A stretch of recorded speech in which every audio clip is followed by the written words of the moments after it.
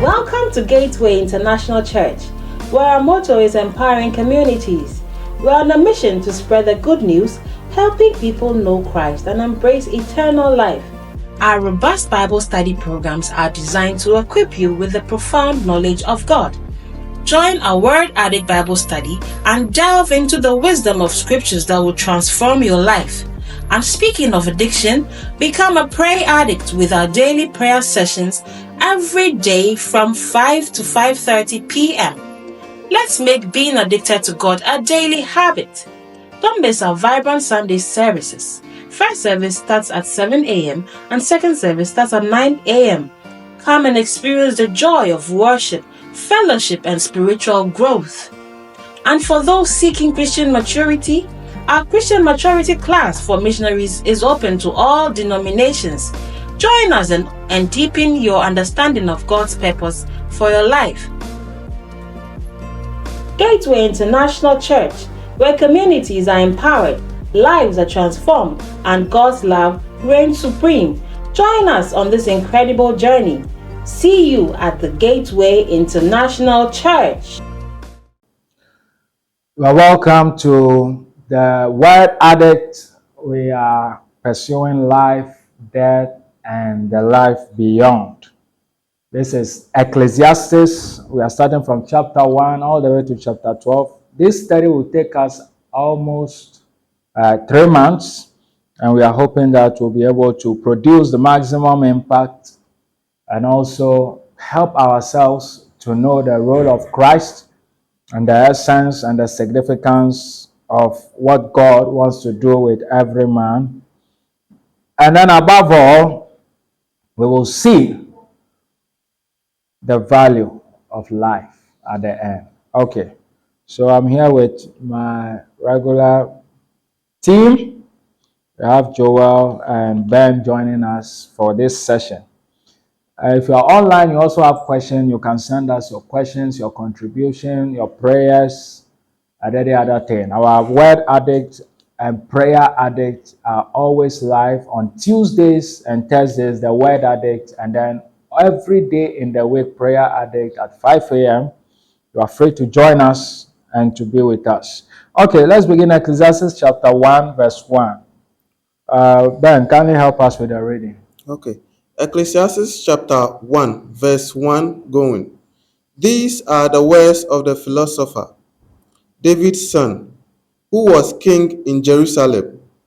2. It is useless, useless, said the philosopher. Life is useless, all useless. 3. You spend your life working, laboring, and what do you have to show for it? 4. Generations come and generations go, but the world stays just as the same. Verse 5. The sun still rises and it still goes down, going weary back to where it must start all over again. All right, so let's pause over there. So this is a wonderful, wonderful, wonderful revelation. You see, just imagine yourself waking up one day to really reflect about life and how things have been going. You will soon start to realize that a lot of things are just vain. Some of the cycles of life is just a waste of time. And the Bible is emphasizing all the way up to verse 3 that what profit hath a man of all his labor, which he taketh under the sun? It's a question to us. All this toil, all this struggle, all these things we are fighting for, trying to make meaning out of life and the rest. People make money, they can't spend it. People are not making money and they are alive, they are sick, all kinds of things. You put in effort to achieve something only to realize that things are not in order or things are not in perspective here and there. And these are the things that is bothering the philosopher or the preacher. We suspect that this book was written by King Solomon, although there are still some doubts as to who exactly wrote it, but we believe that it was written by Solomon, who was the son of David as well. So, He reflected on the fact that many generations will pass, the earth will still remain the same. Yes, even the technology we have today is built on old things, old ideas. It could have been that people have had some of these ideas we had before. But when you really look at life, the progressions of life, no matter how complicated life is, our basic needs are still the same. The things we aspire for, they are not new. The generations after us do not experience any human related thing that is really new, that has not happened before. Look at fashion trends today. Some of the fashion trends we have today have been there. They have just recycled it and brought it back in another way. But that is the reality of life, the cycles of life, and Solomon wants us to see how it is. Let's do verse 6 and 10, verse 6 to 10. Okay, verse 6. The wind blows south, the wind blows north, round and back again. Verse 7. Every river flows into the sea, but the sea is not yet full. The water returns to where the rivers began and starts all over again. Verse 8. Everything leads to weariness, a weariness too great for words. Our eyes can never see enough to be satisfied. Our ears can never hear enough. Verse 9. What has happened before will happen again. What has been done before will be done again. There is nothing new in the whole world. Okay, let's pause over there. So Solomon still continues with the various cycles of life. The wind goes to the south, it comes back. The cycles of life are consistent, they are the same, nothing changes. Rivers run into the sea is never full, the rivers are still running. 1,000 years from now, the rivers will still be running. 2,000 years before, they were running. So sometimes climate change and all these things, yes, still, things are still in their course because that is how God has ordained them. Now, the verse 8 is where I want to do. It says, all things are full of labor. You know, people feel that they shouldn't work. And they don't know. If you like try to sleep for 3 days non-stop, you will fall sick. So work is part of life. There is no gain without pain. No pain, no gain. In the ministry, you have to labor and be tired, weary, and you pull it through. In your normal course of life, you have to labor, be tired, apply pressure, keep pushing very hard to be able to succeed and produce many results. That is why God or the Christian God is excited, because there is no magic here. People go to idols and co because they don't want to enter certain labor, or certain labors are not producing results. But you see, life is full of labor, and our eyes will never be satisfied. Technology is simply because somebody was not satisfied. So somebody said, why can't we do this way? And people will not get tired of so many good things that comes their way or that crosses their path. So it really matters over here what we give ourselves to, and all the labor of man as far as life is concerned. Then, above all, the verse 9 is one thing that I like. The thing that had been, it is that which shall be. And that which is done is what is that which shall be done. And there is no new thing under the sun. And I always use this to avoid people about their family history. Before science and other things came to even Africa or Ghana, to be precise, notice what the gods used to do. And when they used to practice reincarnation, or well, they still hold on to those doctrines, they go and inquire the one who has been like you before. Why do they go and make these inquiries? So that they will help you to live.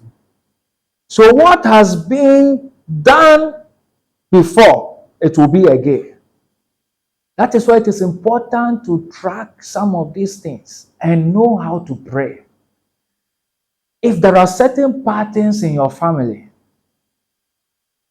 because what will be has been before, you have to pray, know the strategic prayers to pray and the type of wisdom to apply. Some people pray a lot, but the same things happen to them. It's because the wisdom needed to avoid it, they didn't use. They just depend, okay, we have prayed, we have prayed. Take, for example, in some families, people struggle to marry. Now, on a normal day, what are the factors that prevent people from marrying? It is not only prayer. So you can pray and pull down the gods and the altars and the principalities and the rulers that control marriage in those families. That is okay.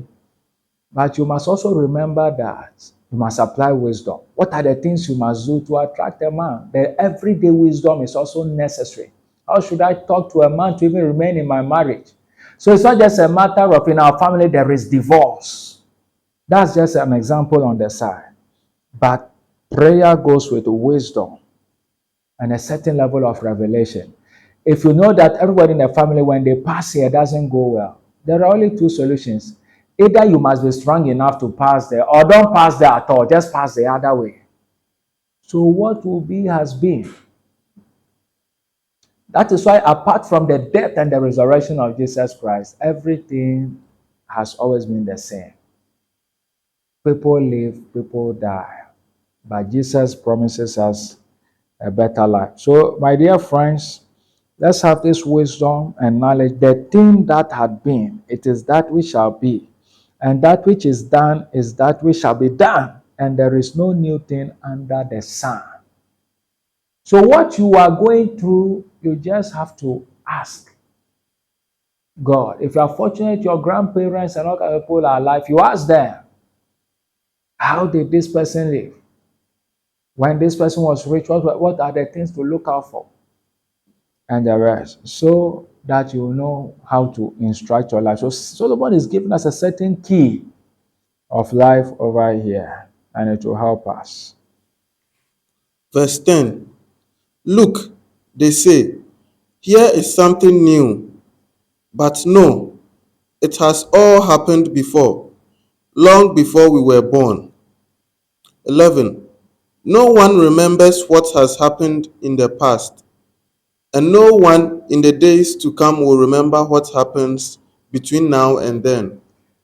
Let me start from the verse 11. Many people live their lives in such a way they want to be remembered.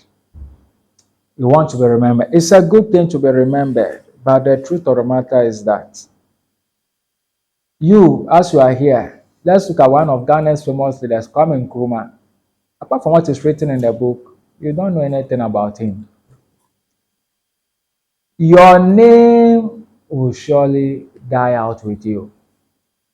But what remains is the name of Christ.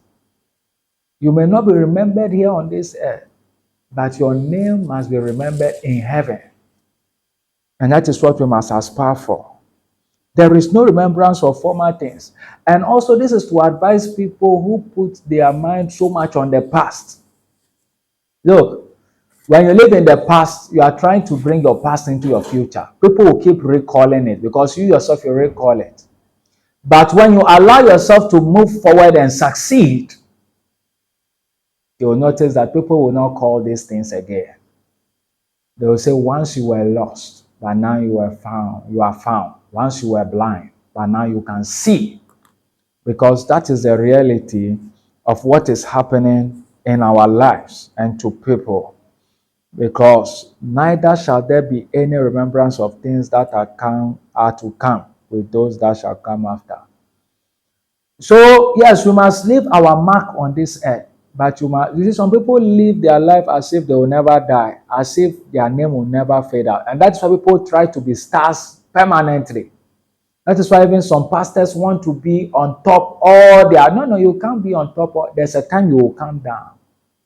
You will not be remembered. Your name will not be called. You will not be honored. There is the glory days. Use it wisely. And the bad days, the days where there are many people who used to hear of, we don't hear of them again. And the days where you are not heard of again, also use them wisely. Use them wisely. Welcome back to the second part of Ecclesiastes chapter number 1. We are looking at life, death, and the beyond. So we are in verse 12, and Solomon is going to tell us certain things about evil. And stay tuned, listen, ask questions, ponder deeply about what Solomon is saying. Okay, and I'm here as usual with Joel and Ben. So Ben will help us with the reading. Let's begin. Okay. Ecclesiastes chapter 1, 1 verse 12. Yes. I, the philosopher, have been king over Israel in Jerusalem. 13. I determined that I would examine and study all the things that are done in this world. God has laid a miserable fate upon us. Verse 14. I have seen everything done in this world, and I tell you, it is all useless.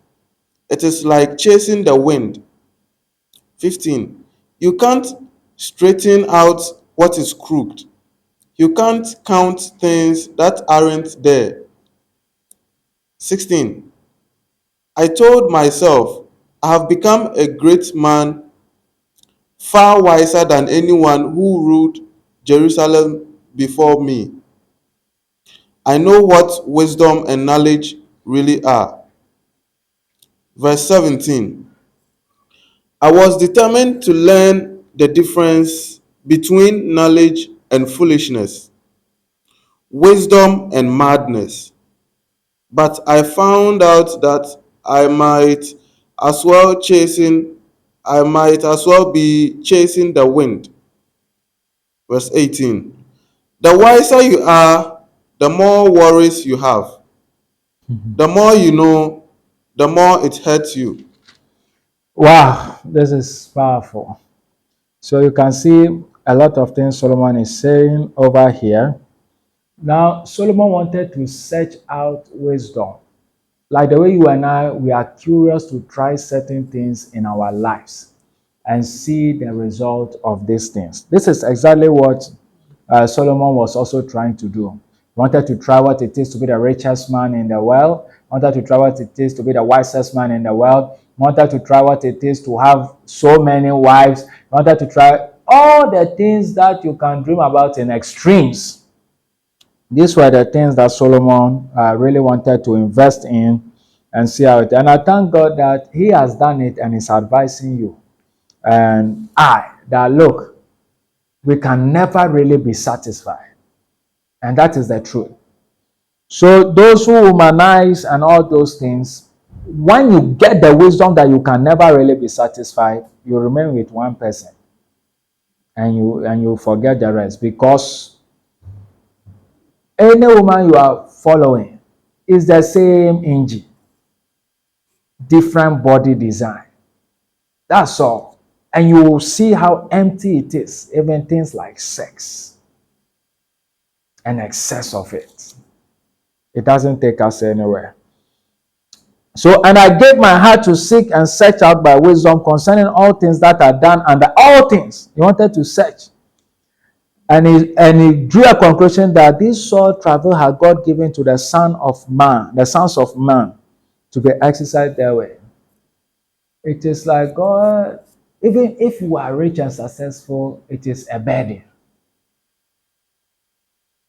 No matter if you are poor, it's a problem. If you are rich, it's a problem. If you're in the middle, it's still a problem. And you can never be satisfied. That which is crooked cannot be made straight, and that which is wanting cannot be numbered. So Solomon is trying to say over here that some things cannot be altered. If this is how it is, you can try everything, you cannot straighten it. And in life, there are some things that you should just leave to run their natural course. Sometimes we are trying to straighten things that cannot be straightened and to bend things that cannot be bent. And usually, this causes more problems for many, many, many people. So, my dear friend, this is what Solomon was noticing. I have seen all the works that are done under the sun, and behold, all is vanity and vexation of spirit. It's like chasing the wind. You work so hard only to fall sick after you have gotten the money. You know, people, when they watch certain adverts on TV, they say, oh, I want to eat pizza every day. When I become rich, I'll eat pizza. You become rich, you realize you can't even eat one. Oh, yes, you become. So it's vanity. Somebody will say, when I become rich, I'll marry many wives. You have slept with 2 wives and you are falling sick. Or some people say, I don't know, people have a lot of wishful thinking and they work hard towards it. They work very hard towards it and they achieve it and they realize that what is next? What is life really about? All this is vanity. That is what Solomon is talking about. It's like chasing the wind. You are chasing the wind to catch it. Just imagine you are chasing the wind and then you open your hand and catch it.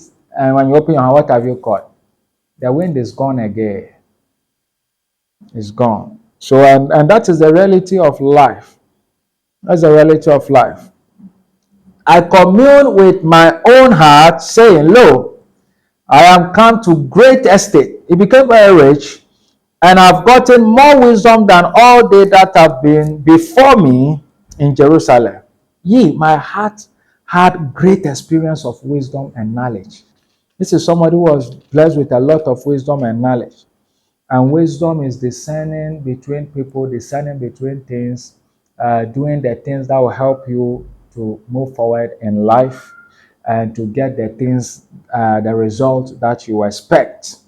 This is just a lay definition of wisdom. But when you come again, he said, after being so, sometimes being so wise and so great. But listen to the verse 17.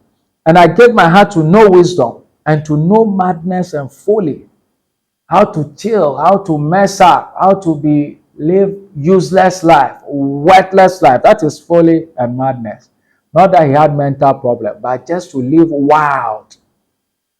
Like the way people want, I don't want to marry because I don't want anybody to control me. I don't want to do this because, a wise person will follow the processes, marry, do this. But somebody wants to be wild, wants to be uncontrollable and the rest. So Solomon is also saying, I gave myself to do this thing to see how it is.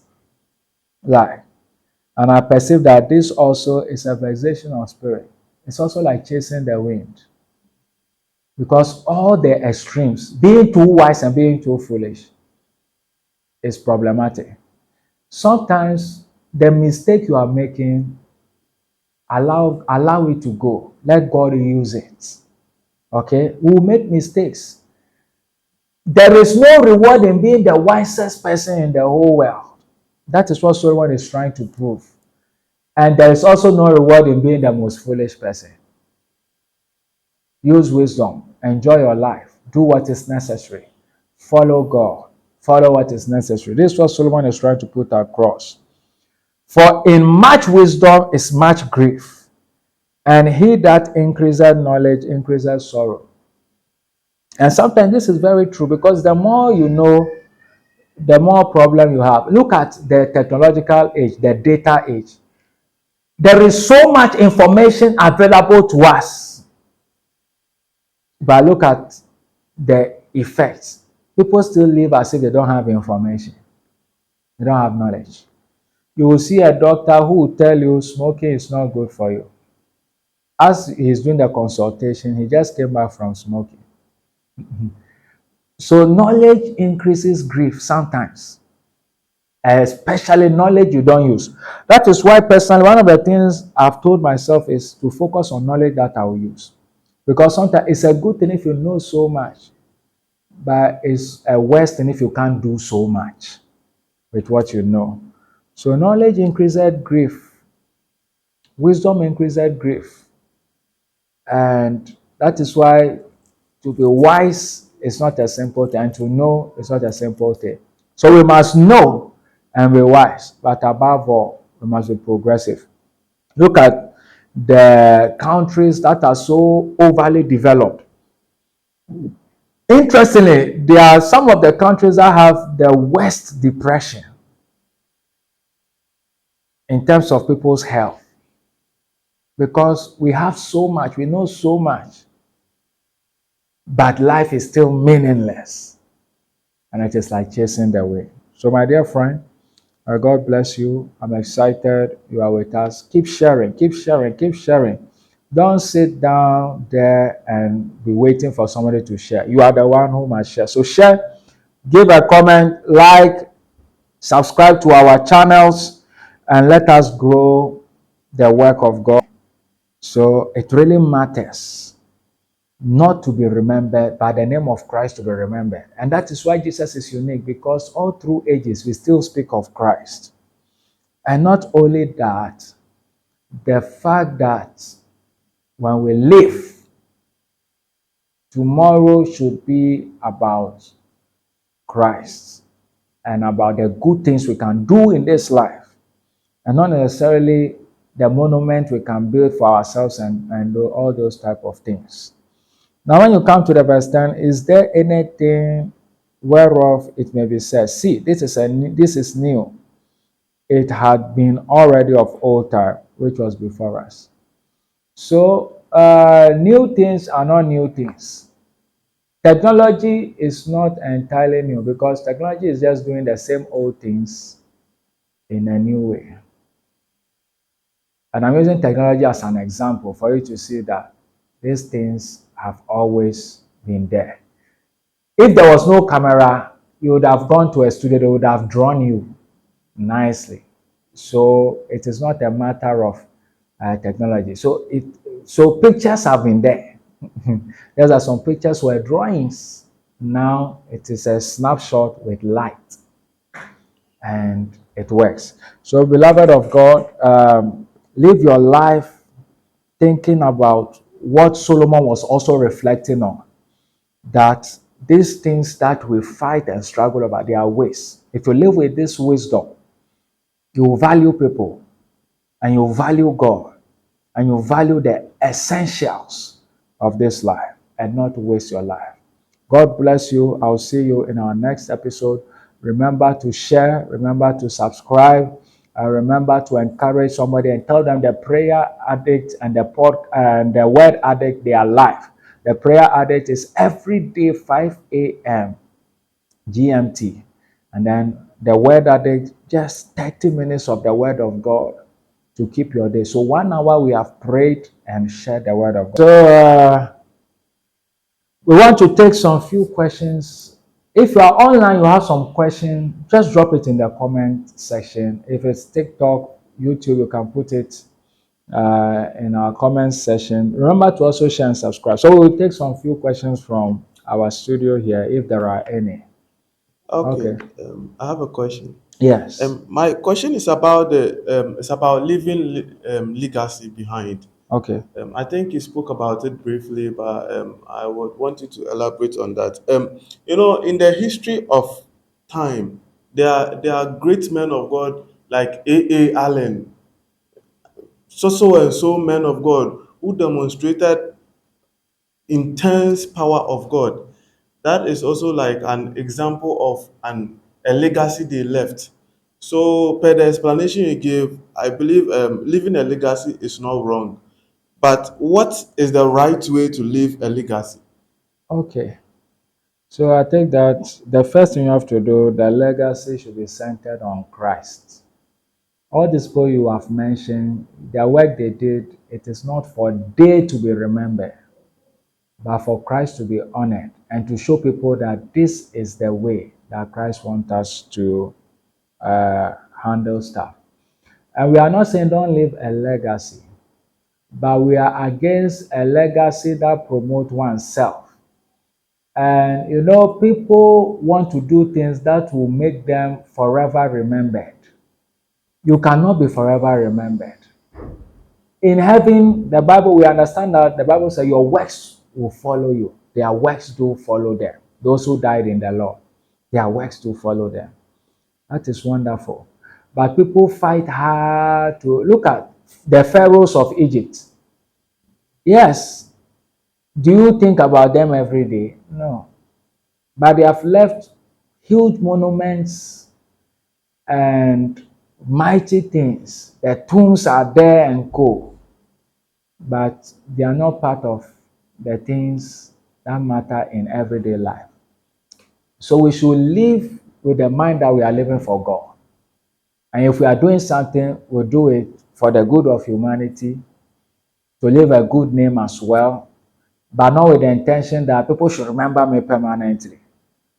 Another thing, because even in Nkrumah, I don't wake up in the morning thinking about Kwame Nkrumah. Sometimes it's only during occasions. Yeah, so people who live with that deception, I think that is one of the things that I can do something that will cause me to be forever remembered. But that is not the mind you should have. Come to this world, do the best you can, help others, support others, leave something behind. That is fine. But above all, live for Christ. And if they remember Christ, they'll remember your name. I don't even forget the woman who washed Jesus' feet. He said, anywhere the gospel will be shared, this woman to add her name.